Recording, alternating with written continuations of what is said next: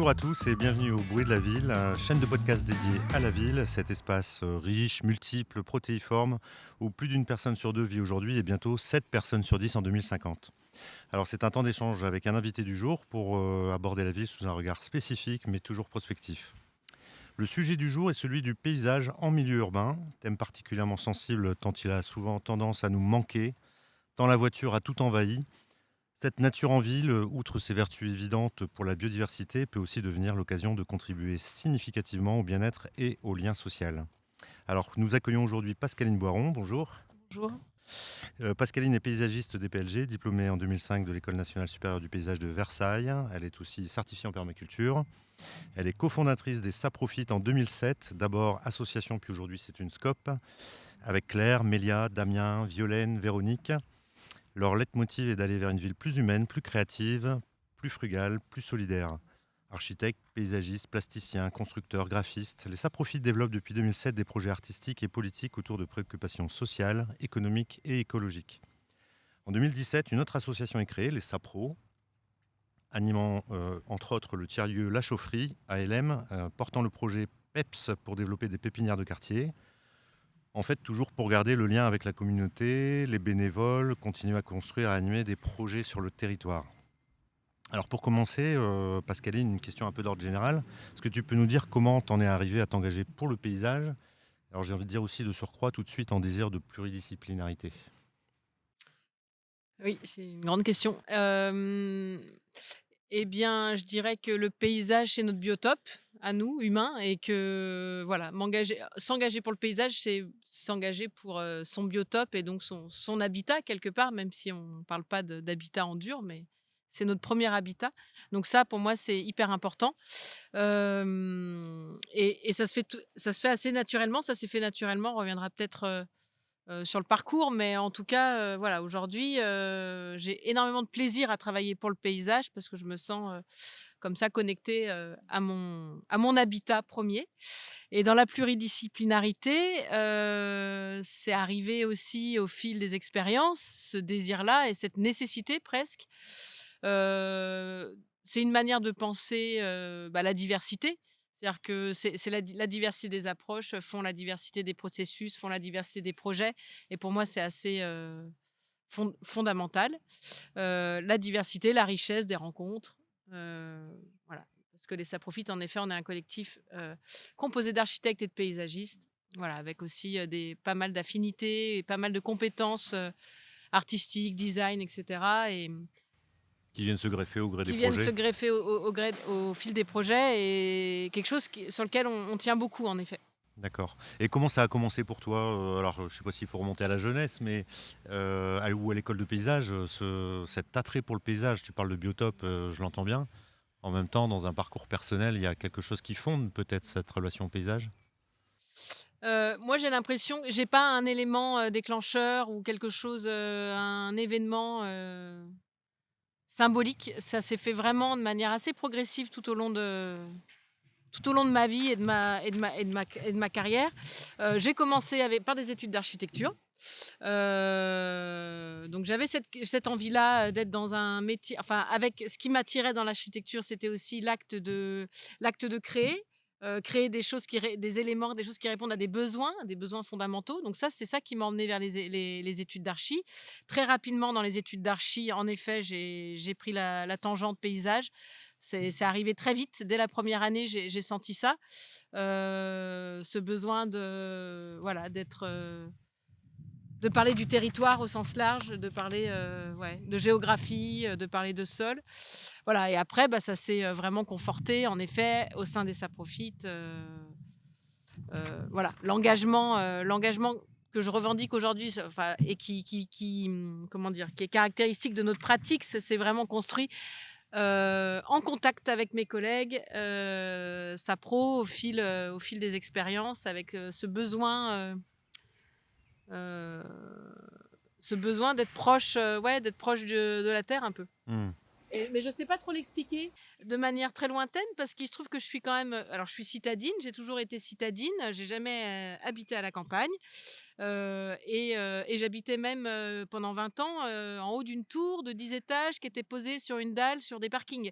Donc, il n'y a pas plus hors sol que moi par rapport Effectivement. à mon enfance.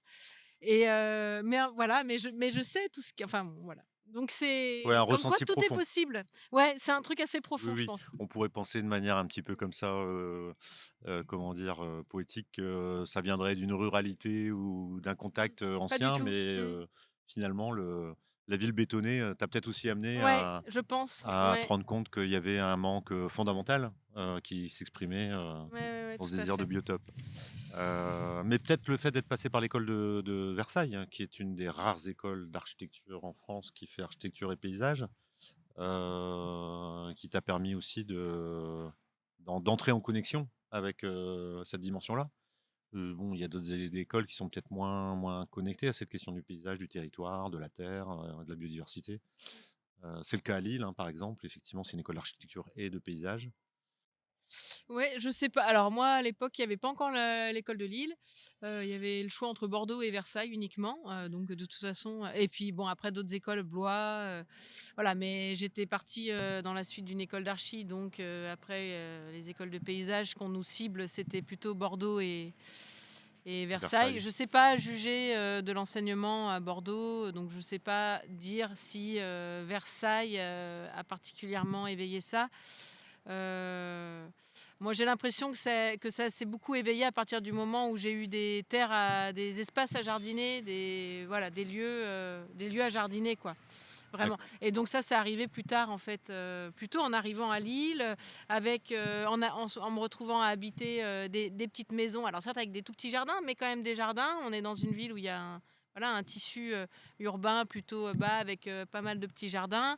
Et puis après, encore une fois, avec les projets menés avec les SAPRO, où je me suis rapidement retrouvée à mettre les mains dans la terre, quoi. Et voilà, puis aussi à me former à la permaculture au design de permaculture. Et ça aussi, ça a été une manière de rentrer dans tout un univers et puis de faire des voyages. Il y a eu pas mal de voyages dans ma vie, des voyages d'études, des voyages au long cours aussi, qui m'ont permis aussi d'être dans ce rapport au terrain. Quand on est en itinérance pendant plusieurs mois, à voyager en bus avec un sac sur le dos, bon, on a un contact aussi très direct avec le grand paysage. Donc je pense que les voyages m'ont beaucoup apporté, beaucoup amené aussi. Et puis des voyages d'études liés aussi à toute l'auto-formation que je me suis euh, posée autour de la permaculture. Enfin voilà, tout un processus d'auto-formation qui a été aussi assez riche.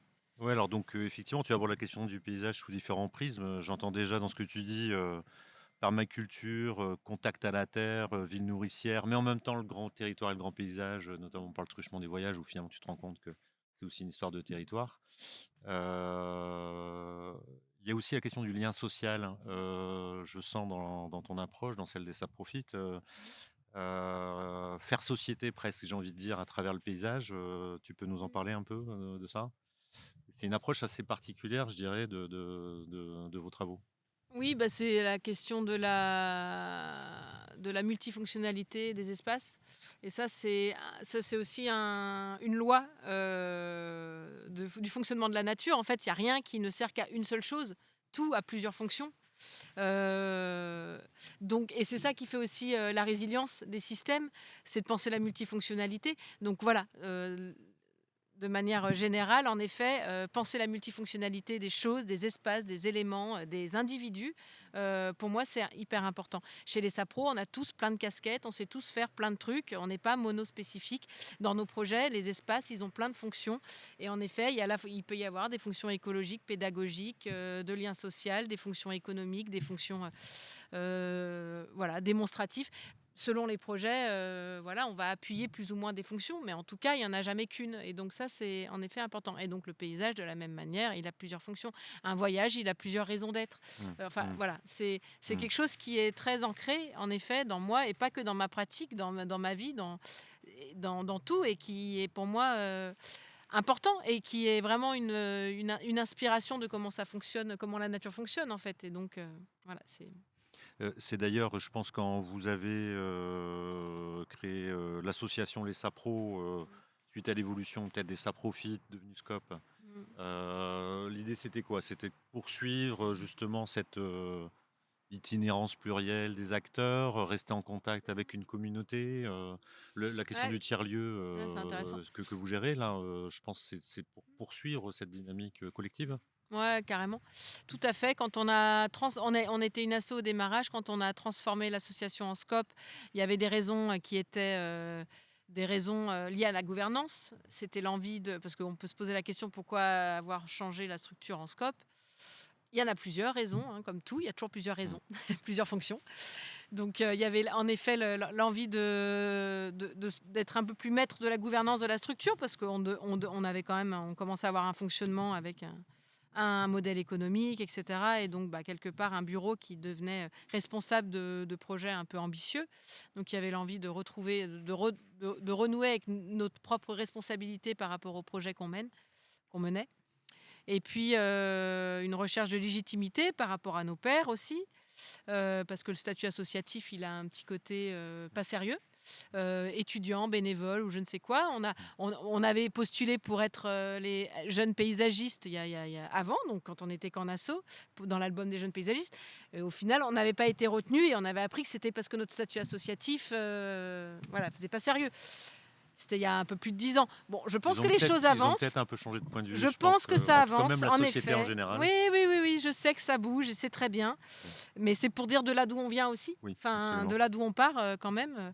En 2007, on n'était pas en Mm. 2024, quoi. Il y a quand même des Absolument. choses qui ont bougé, et tant mieux.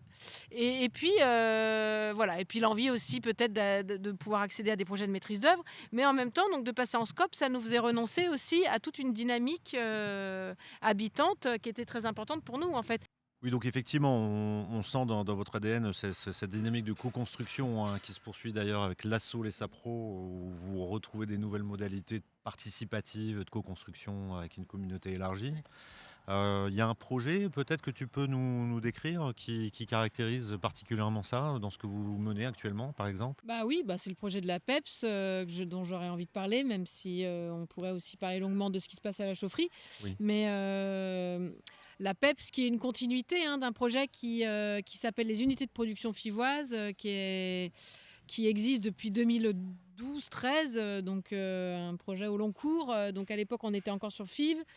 On avait un jardin qu'on a animé pendant 8 ans pour questionner la production de nourriture en ville. Et puis voilà, par le biais d'une démarche aussi volontairement pédagogique et sociale, questionner les usages potentiels de ces espaces publics, donc parce que c'était un espace vert comme on en attend, les pieds d'équipements, les pelouses qu'il y a au pied des équipements, il Sans y en a qualité, partout, sans aucune qualité, à part... ni biodiverse, ni d'usage. Voilà, exactement, à part celle d'être déjà un sol perméable, ce qui est déjà pas mal en ville, mais voilà, sans trop de qualité. Et donc cet espace qui nous a été mis à disposition par la ville et sur lequel on a jardiné et animé pas mal de choses pendant 8 ans, où on a aussi, progressé, où on s'est acculturé aussi sur ces questions d'agriculture urbaine, de jardin-forêt, de permaculture. Ça a été un lieu d'apprentissage aussi pour nous, d'apprentissage réciproque. Et puis le jardin n'existe plus. Je ne reviendrai pas sur cette histoire-là, là, à moins que ce soit brûlant comme question, mais l'idée c'est... Et donc, mais par contre, qui n'existe plus tel quel, mais qui a des suites qui sont une pépinière de quartier, qui a été une manière... Alors, qui était déjà une pépinière qui était déjà dans les tuyaux avant même qu'on quitte le terrain du jardin ressources. Parce qu'on avait cette envie, à partir du moment où on parle de jardin-forêt, on se questionne sur la multiplication des végétaux et comment on multiplie pour créer ces jardins-forêts. Les jardins-forêts, c'est des jardins comestibles de plantes vivaces. Donc, c'est-à-dire, c'est un peu en opposition au potager où on vient semer des annuels tous les ans et où on a une récolte, par contre, rapide, dans les points positifs. Dans la même saison, on sème, on récolte, on mange. Mais l'année d'après, on recommence. Les jardins-forêts sont des systèmes plus durables qui s'installent dans le temps, qui ont aussi cette fonction nourricière, biodiversité, mais voilà, qui sont à base de plantes vivaces, d'arbres, d'arbustes et de couvre-sol, qu'on plante, qu'on sème une fois et puis qui sont là pour plusieurs années. Des jardins qu'on pense dans le temps aussi, en fonction de la vie de chaque végétaux, etc. Entre un arbre qui vit 100 ans, un arbuste qui vit 20 ans, un couvre-sol qui vit 5 ans, on est aussi dans des processus et des projets très dynamiques. Voilà.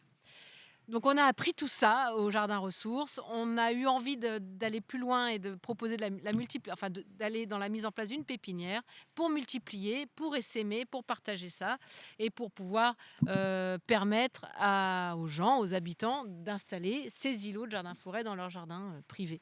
C'est des écosystèmes qui sont tout à fait adaptés à des petits jardins et qui ont plein d'intérêts esthétiques, biodiversité, plaisir du jardin, enfin bon bref, plein de choses qui m'enthousiasment.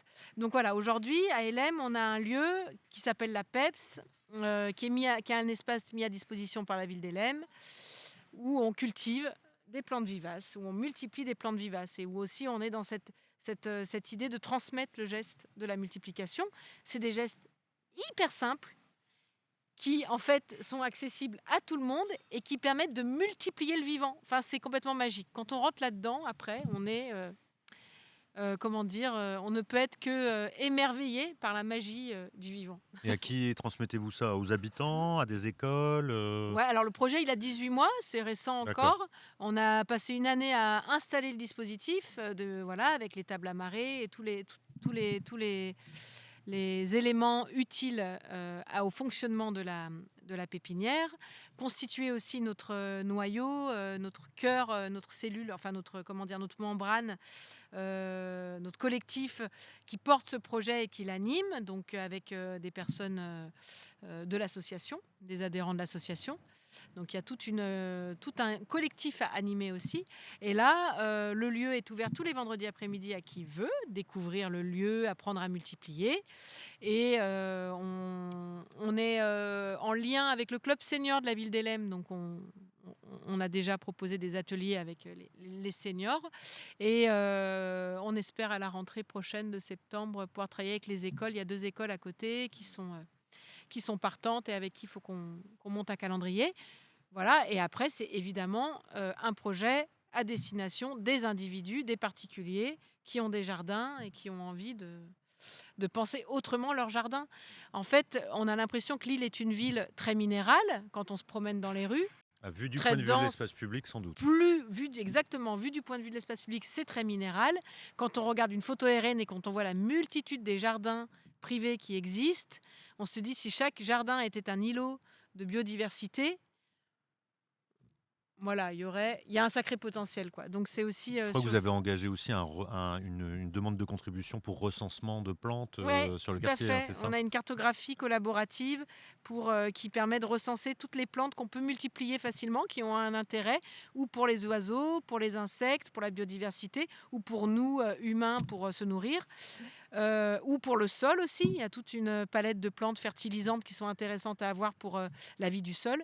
Donc on répertorie ces plantes-là qu'on est capable de multiplier sur une carte. Voilà, ouais. C'est D'accord. un travail en cours.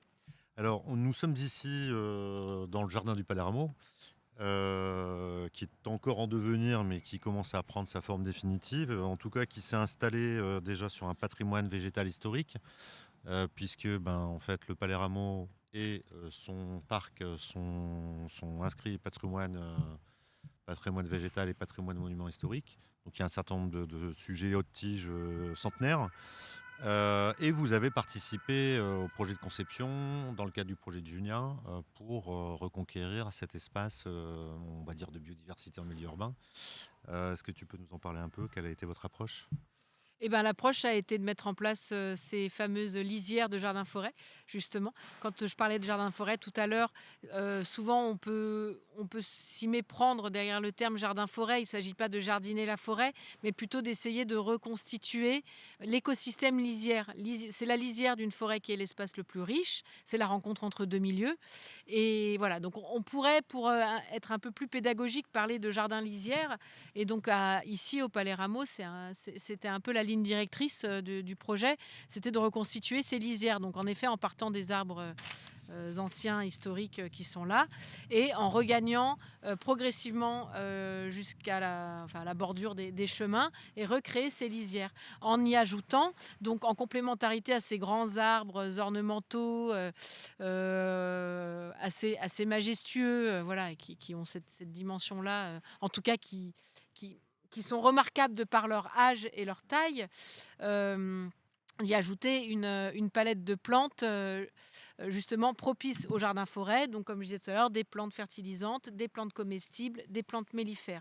Donc, ça a vraiment été les 3 critères qu'on a privilégiés pour le choix de la palette végétale. Donc, on a amené des arbres fruitiers, bien sûr, mais pas que, des arbustes aussi, des fruitiers méconnus, des cornouilles mâles qui font des petits fruits délicieux, des amélanchiers, dont on peut aussi récolter les fruits qui ressemblent un peu à des petites myrtilles. C'est aussi des fruits anciens qu'on a un peu perdu de vue, qu'on a oubliés. Donc c'était aussi une occasion de réinviter des fruitiers plus rares, renouer avec cette palette-là. Et puis bien sûr des couvre-sols comestibles aussi, il y en a plein. En fait, il y a beaucoup plus de plantes comestibles que de plantes toxiques, hein.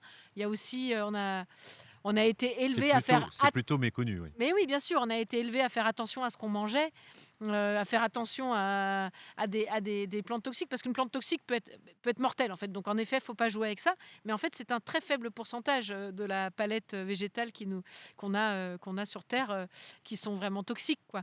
Faut imaginer qu'en fait, la moyenne, je crois, des plantes qu'on mange en France, je crois que c'est 50 plantes qu'on mange. Alors qu'en fait, il en existe des milliers qui se mangent. Donc c'est aussi une invitation à élargir le champ des possibles pour se nourrir demain, parce que c'est ça l'enjeu aussi en ville, c'est comment on se nourrit. Alors, il n'y a pas la prétention que ce jardin il nourrisse quiconque, mais en tout cas, c'est un jardin démonstratif et pédagogique pour dire qu'il y a beaucoup de végétaux qui se mangent aussi et qu'on pourrait aussi repenser. Et qu'est-ce qu'on cultive pour se nourrir, et puis surtout comment se nourrir aussi. C'est-à-dire, c'est aussi changer des habitudes d'alimentation.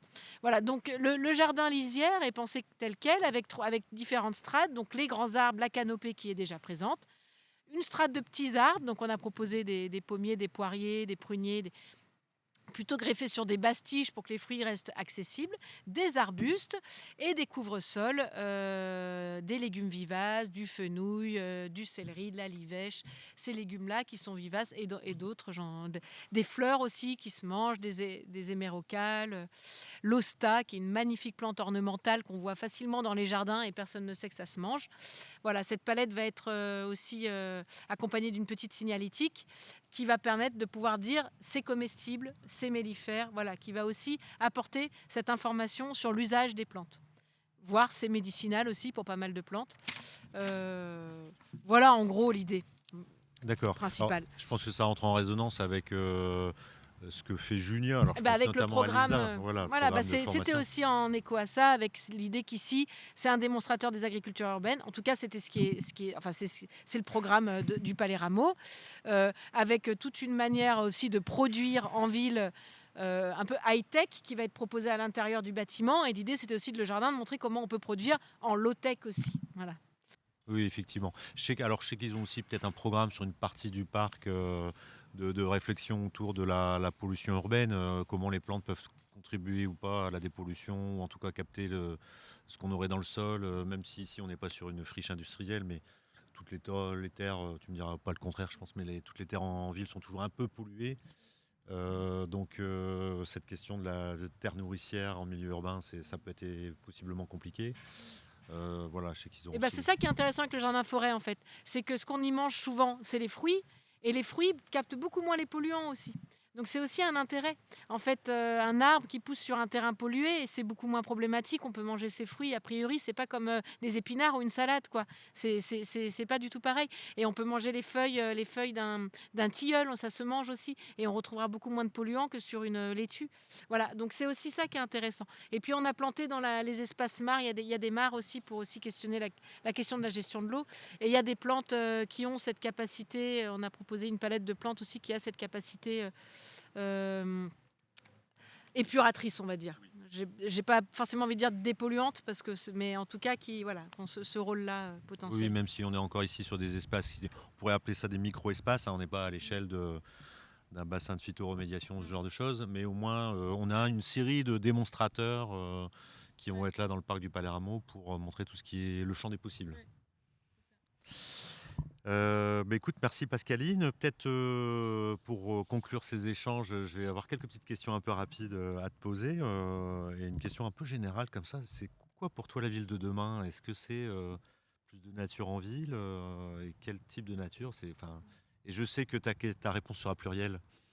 Ouais, ma question est plurielle. Déjà, moi, ce que j'aimerais, c'est qu'on arrête de parler de nature en ville. Voilà, c'est d'être dans quelque chose de plus fusionné.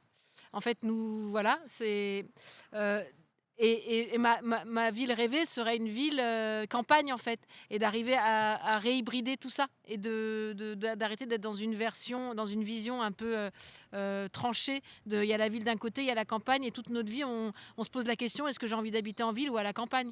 En fait, et en fait, voilà, ma ville rêvée serait une ville où on se pose plus ces questions-là et où les choses sont beaucoup plus hybridées. Parce qu'en plus, elles le sont dans la réalité. La campagne, elle vit parce qu'il y a des citadins en ville qui achètent des légumes, etc.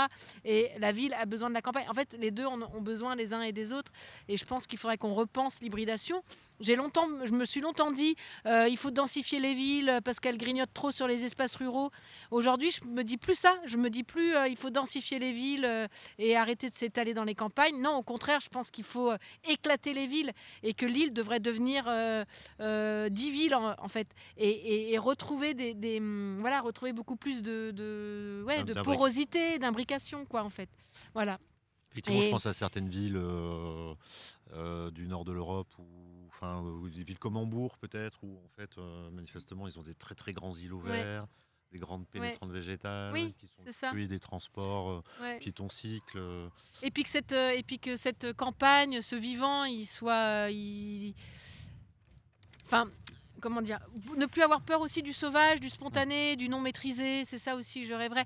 Moi, j'aimerais qu'on arrête de désherber les fleurs qui poussent entre deux pavés. Enfin voilà, j'aimerais qu'on arrête d'avoir peur de ça. Voilà. Mm. Je ne sais pas si c'est la peur ou si c'est le besoin d'hygiène ou si c'est le besoin de confort. Je ne sais pas ce qui dicte ça, mais je trouve qu'on a voilà, on a un rapport qui est vraiment Encore un rapport du tout contrôle, hein, en un effet. rapport de contrôle qui va pas du tout en fait. Mm. Pour une nature comme on l'appelle, qui en fait est indispensable à la vie de l'humain, quoi, en fait. On peut pas faire sans, en fait. Donc on a beaucoup plus besoin de la nature qu'elle a besoin de nous, hein, en fait. Enfin, donc voilà, ce rapport de contrôle me dérange Et beaucoup, en fait. problématique, ouais. Et problématique, je trouve. Et du coup, est-ce que tu penses qu'il y a des métiers qui vont émerger, bon, qui peut-être émergent déjà, hein, mais ou de quoi aurions-nous besoin comme typologie de métier pour accompagner ce changement? Oui,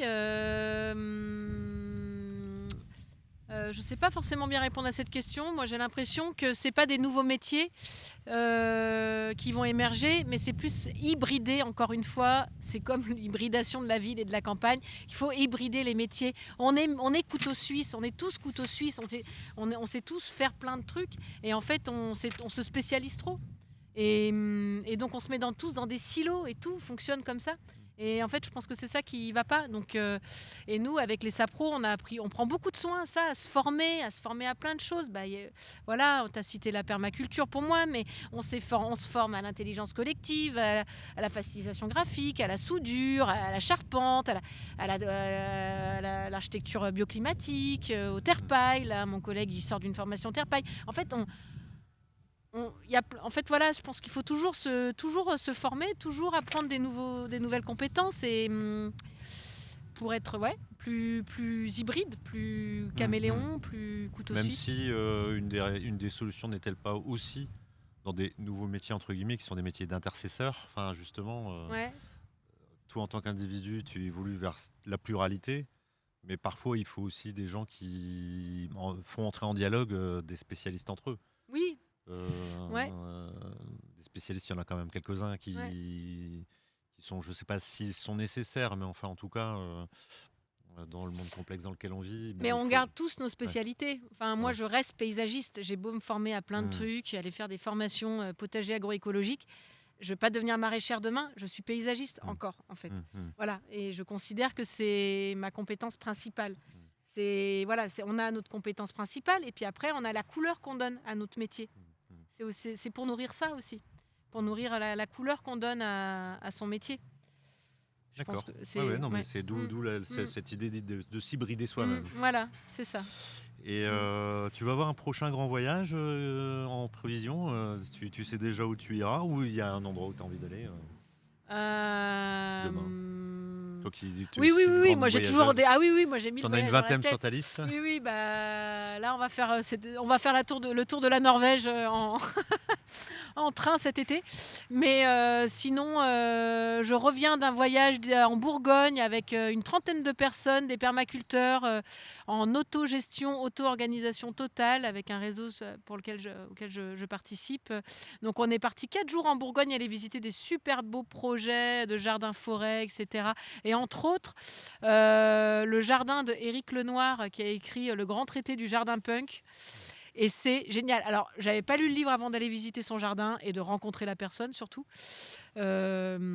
J'ai adoré. J'ai pris c'était génial, c'était magique comme rencontre. Et là, je suis en train de lire son livre. Et franchement, ça, tous les citadins tout le monde devrait lire ce livre, quoi. C'est génial. Comme manière de repenser le jardinage, l'acte de jardiner, parce que pour moi, c'est vraiment la clé. Enfin, c'est ce que je trouve génial. Finalement, ma vision de la ville, ce serait qu'on soit tous un peu jardiniers quelque part. Ça, ce serait super. Et en fait, ce livre, il montre qu'on peut tous l'être. De manière extrêmement simple. On peut aussi passer 3 jours par an sur son jardin et ça marche. L'essentiel, c'est de porter une attention sur son jardin et sur le vivant qui y opère. Et ouais, c'était super riche. Voilà. Oui, d'être acteur, d'utiliser ses mains, ça fait du bien aussi. Ouais, ça fait du bien aussi. Contribuer à son environnement de manière extrêmement concrète. Ouais. Tout à fait. Mais des fois, on ne sait pas utiliser ses mains. Nous, souvent, on a des gens qui viennent... Alors, je ne crois pas que ça existe, des gens qui ne savent pas utiliser leurs mains. Mais ça arrive souvent que des gens viennent nous voir en nous disant « Mais moi, ou des stagiaires qu'on reçoit, et tout ça, qui sont, mais moi, je ne suis pas à l'aise avec mes doigts, j'ai l'impression que je ne sais rien faire, je suis un intellectuel ou une intellectuelle. » En fait, même si on peut se dire ça, je doute que ça existe, les gens qui soient que purement intellectuels, mais... Il y a un truc qu'on peut tous faire, c'est observer en fait. Et ça, je pense qu'on est tous capables de le faire, on sait tous le faire. Et je pense que c'est aussi la base pour prendre conscience de la richesse ou même observer parfois les manques. Voilà, les choses qui manquent et puis la richesse de ce qui peut se tramer dans un jardin, quoi. Des fois, on peut ne rien faire si on ne sait pas jardiner, mais déjà s'asseoir dans son jardin et l'observer, c'est un bon début. Mais tout à fait, c'est un bon début et c'est un beau mot de conclusion de nos échanges. Savoir observer et puis savoir agir sur son environnement. Un grand merci Pascaline Boiron. Merci. Pour accepter notre invitation pour cette session de podcast Les Bruits de la Ville. Nous nous retrouverons prochainement avec un nouvel invité sur un autre thème et cela sera une autre histoire urbaine.